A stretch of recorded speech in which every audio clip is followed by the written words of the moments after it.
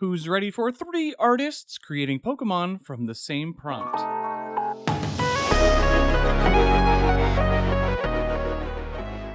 Hey all you nerds, Gabe, aka FrubyArt here, and today I'm teaming up with Happy Gamer Nick and SkyNix to make some Fakemon. We've made a video for each of our channels where one of us comes up with a open-ended design prompt, and then we all have to see what we create. If this sounds familiar, TrueGreen7 popularized this format, so Ron, hopefully you're cool with some other PokeTubers getting in on the action. But let's start this. The prompt that I threw at everyone is, pay no attention to the man behind the curtain. If you don't know that reference, it's a line from The Wizard of Oz where the wizard is revealed to be just a normal dude pulling some levers behind a curtain. Hopefully this isn't too weird of a prompt. Let's see what we can come up with.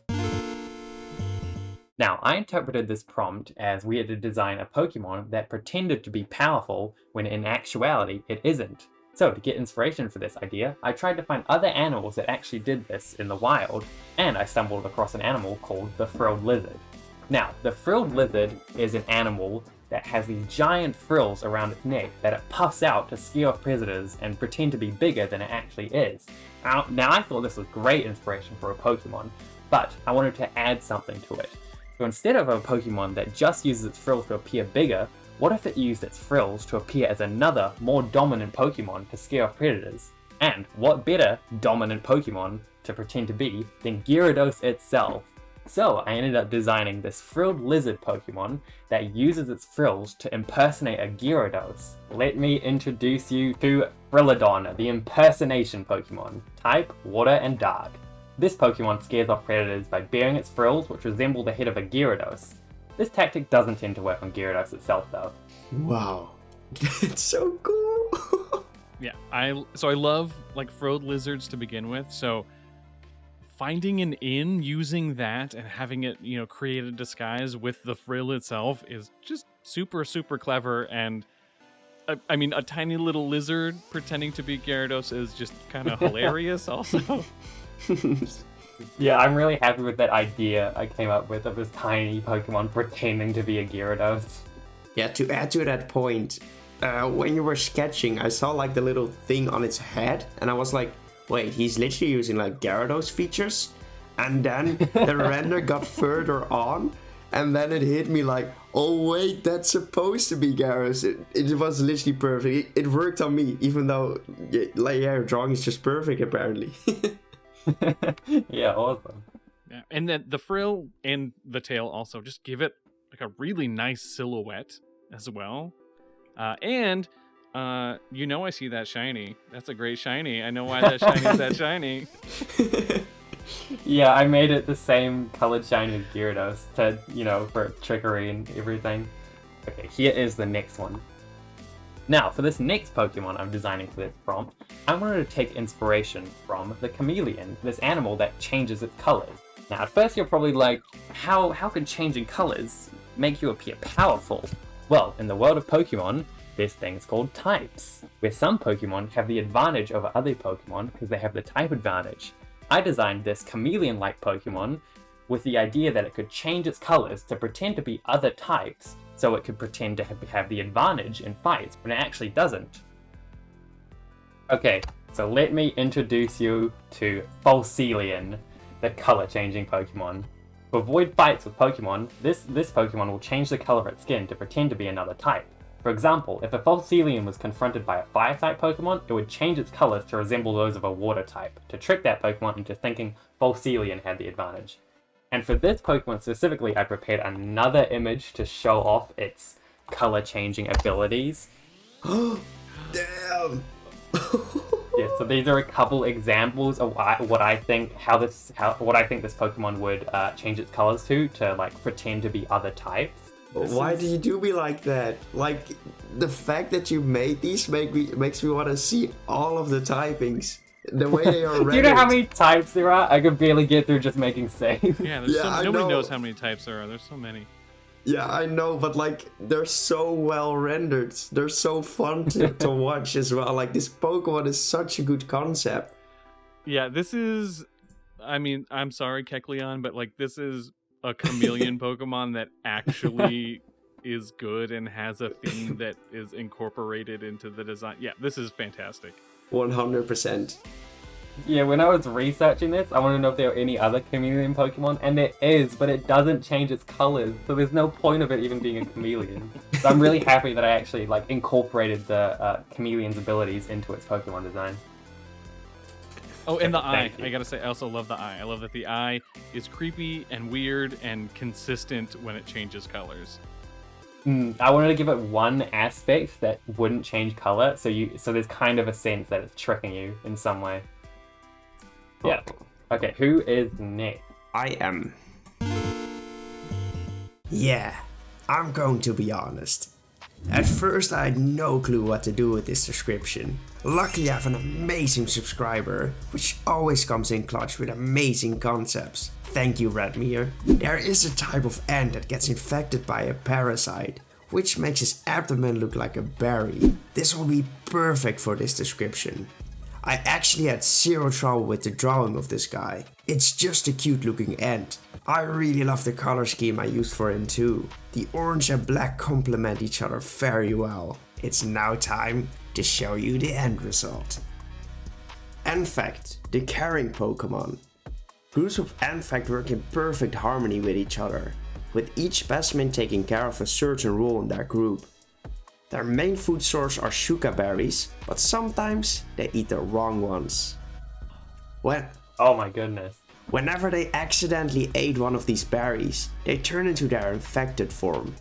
This strange parasitic creature attaches itself to Anfact's body. It then injects chemicals to control the thoughts of the Pokemon. While Anfact is still able to think for himself, his own caring nature only amplifies the effect. Oh my, that is such like a unique idea. Like if a Pokemon eats a berry, it actually affects like its form. Like this, you wouldn't consider this like an evolution, right? It's kind of like a change in its form, I'd assume. Yeah, it's more a different form. I didn't want to make an evolution for it because I didn't really want to change the Pokemon, but I felt like a different form could definitely work. Yeah, that's such an interesting concept. I'm really interested in that. Yeah, it's so cute to start. Like it's just an adorable little ant boy, but to have a form change that is just kind of subtly sinister like this is awesome. Yeah, thank you. On to the next one. Our final Pokemon was highly inspired by Mysterio from Spider-Man. I wanted to create a Pokemon which looks and acts incredibly strong, but when you do enough damage, it actually reveals their weak form. I want to say that this is one of the coolest Pokemon I ever made, and I'm really proud of it. Well, it's time to show you how it looks. The Lucian can see its opponent's worst fear and can create an illusion using its large ears. They also have the ability Shapeshifter. The Pokemon takes form of the opponent's worst nightmare, making the Lucian way stronger. Whenever the Lucian gets taken down 50% of their health, the illusion fades away, and so do their great stats. And you might be wondering, how does that look like? Might already have seen it. Go. Oh, I love the use. Yeah, this is like the classic ghost Pokemon. That's True. so good. That's different for everyone. So it felt like implementing the old ghost, like the old missing node thing, into as a real Pokemon felt like the perfect fit for this guy.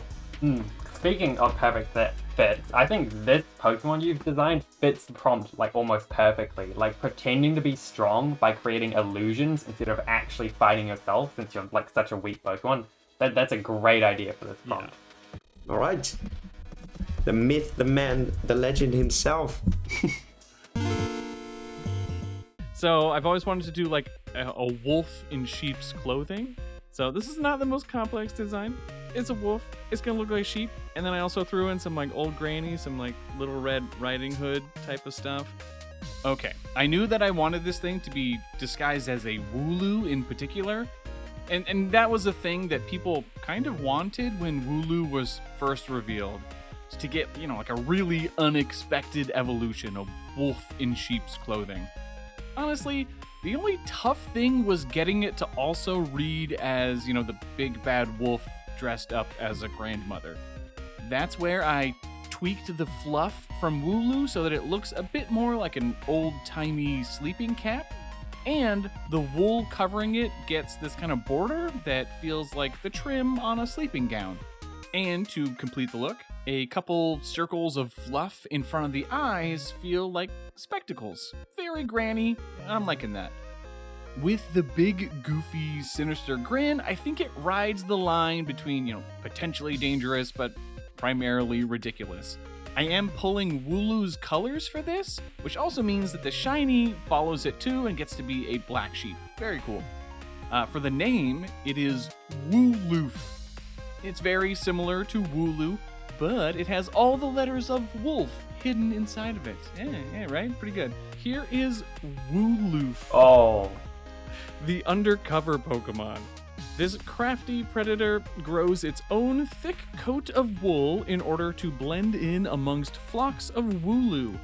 By crouching down and hiding their long snouts, Wooloof are able to trick most observers. Even when their ruse has been discovered, they often play themselves off as sweet and harmless. Oh my god, I absolutely love the look of this Pokemon and the fact it's like almost wearing like Wooloo disguise. It's an incredible representation of the prompt as well. And are those little like granny glasses you've added to it? Yeah, just a little nod. That's a great reference to the inspiration behind it. Yeah, I feel like we all know the saying like a wolf is sheep's clothes or something. Like, it's perfect. The thought behind it and the name might even be better than the design itself. Wooloof. That's such a good name. Okay, so for my last one, I was thinking about animals. Like I wanted like a little animal that's pretending to be a big animal somehow. And I don't know if you're familiar with what like a tardigrade is, but they're often called water bears. There's teeny tiny little microscopic guys, and bears are great big, not microscopic things. So we are going to be really playing off of the tardigrade nickname water bear. So it'll be a water type, obviously, but more specifically, it will be manipulating big water bubbles to create a more intimidating water version of itself, since, it's just so teeny tiny normally. In fact, the hardest thing with this design and picking a pose and rendering it and everything is that the actual Pokemon, the little guy in the tail, is something that you shouldn't notice. I mean, thematically, it's hiding behind the big water bubble bear. But also, it's important to show in the rendering that it's there, so getting the balance of focus was tough. Now, I didn't record all of them, but I haven't done this many passes at a Pokemon design in a long time. In the end, the big bear pulls focus to start, and it isn't until your eye wanders that you spot the little guy who's actually in control, which is good. Other than that, it was just fun to land on a water texture that felt appropriate. Okie doke, let's show the others. This guy, this is Bubblidub, the water bear Pokemon. While this Pokemon initially appears to be quite large, in actuality, Bubblidub is quite small and lives in the tail of a watery construct. By manipulating large bubbles, it is able to scare off predators and knock its favorite food, honey, out of trees. Wow. Oh my god. First of all, that name is incredible, Bubblidub. I think it fits it perfectly. And also, this idea is awesome. Like, a Pokemon that's hiding within this, like, giant construct it's made. So it's actually pretending to be something, like, giant and strong when it actually isn't. That's a great fit for this prompt. I think it was a really creative idea. Thanks. Yeah, at first, when I saw the drawing, I was like, oh, that's a sick water bear. But then I actually looked into his still, and when you read it out, I was like, oh, that is the Pokemon, a little tiny dude in the background. That's such a perfect rendition of this concept. Yeah, he's so He little. looks so angry. He's so angry, yeah. Yeah, that's pretty good. That's pretty fun. Little angry boy. Well, I feel like we all did pretty darn amazing with like kind of a weird prompt. Yeah, and not only were they like all of our Pokemon kind of pretending to be other things, but like I think we all went about it in like different ways, and yeah, that was great. Yeah, there's so many creative, like, different ideas for this prompt. It was a great prompt because you had to think about it, like, how could you make a Pokemon that's actually weak pretend to be strong? And I think we came up with some great Pokemon designs. So yeah, it's awesome. Yeah, go us. We did pretty cool. Yeah, Let's go. This was a fun little experiment, and if you want to see more, be sure to hop over to Happy Gamer Nick and SkyNix channels, where we have 2 more episodes of this to watch. Links to their channels are down below. Now, I don't want to give anything away, but there are some pretty awesome designs there. Alrighty, with that, I'll see you in the next one. Later, nerds.